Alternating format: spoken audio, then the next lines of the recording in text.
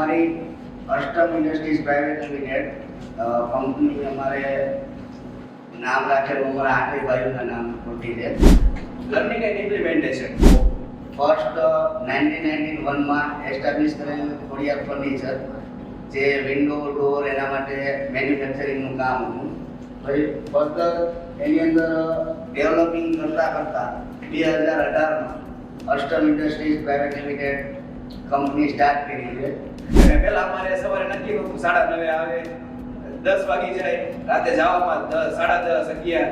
એટલે હવે perfect time schedule 8:30 આવી જવાનું અને ડેલીનું વર્ક જે હોય ને એ 8:30 પતાવી જ દેવાનું અને બિલીવ સ્ટ્રોંગ કરવાનો, પોઝિટિવનેસ.